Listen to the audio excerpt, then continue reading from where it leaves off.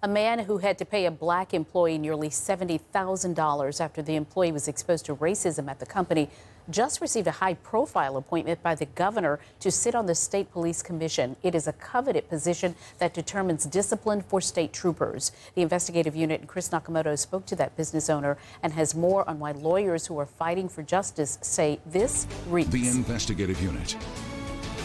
Sylvia, the business owner, Mark Cole, says the governor was well aware of the situation. In fact, he told me he spoke to him about it a month ago. Tonight, it's unclear why the governor appointed him to this position as the feds continue investigating allegations of racism at state police. Yet again, another black eye for state police. This time, it involves a high-profile appointee to the commission that oversees the agency.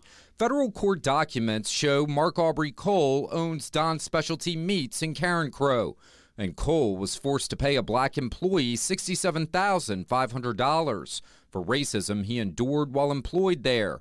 He was routinely called the N-word and other derogatory nicknames at work, and nothing was done about it.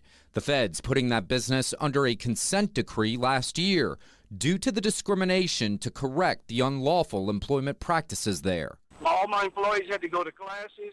I have to do it once a year, and for I think one more year we meet. But despite what happened in federal court, somehow, some way, Cole managed to get appointed to the State Police Commission, the elite board that oversees all state troopers in Louisiana. I'm friends with plenty of blacks, and they know, and they're all from Lafayette, and they know I'm not that character of a person. The governor selects the appointees. People that we talked to in state government did not want to go on camera to discuss the situation. However, they did say they're going to get to the bottom of how this happened. We reached out to Governor John Bel Edwards' office to see if he was aware of Cole's history. I did talk to him once, and I did talk to him once about it, as far as letting him know that I had nothing to do with this ECCO. I mean, it happened in my business, and it was 4 years ago, and it had nothing to do against me. Turning a blind eye because they had these biases. For years, attorney Ron Haley has been fighting against racial injustice at state police.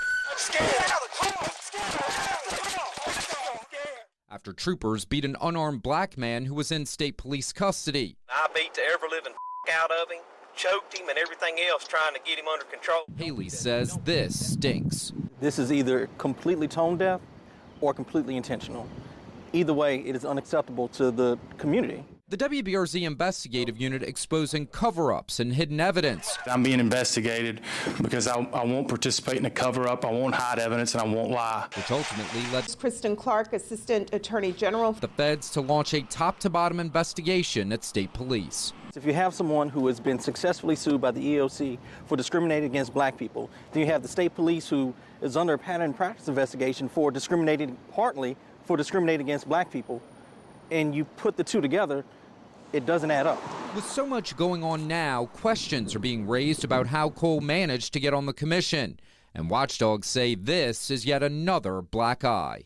We ran out of eyes at this point.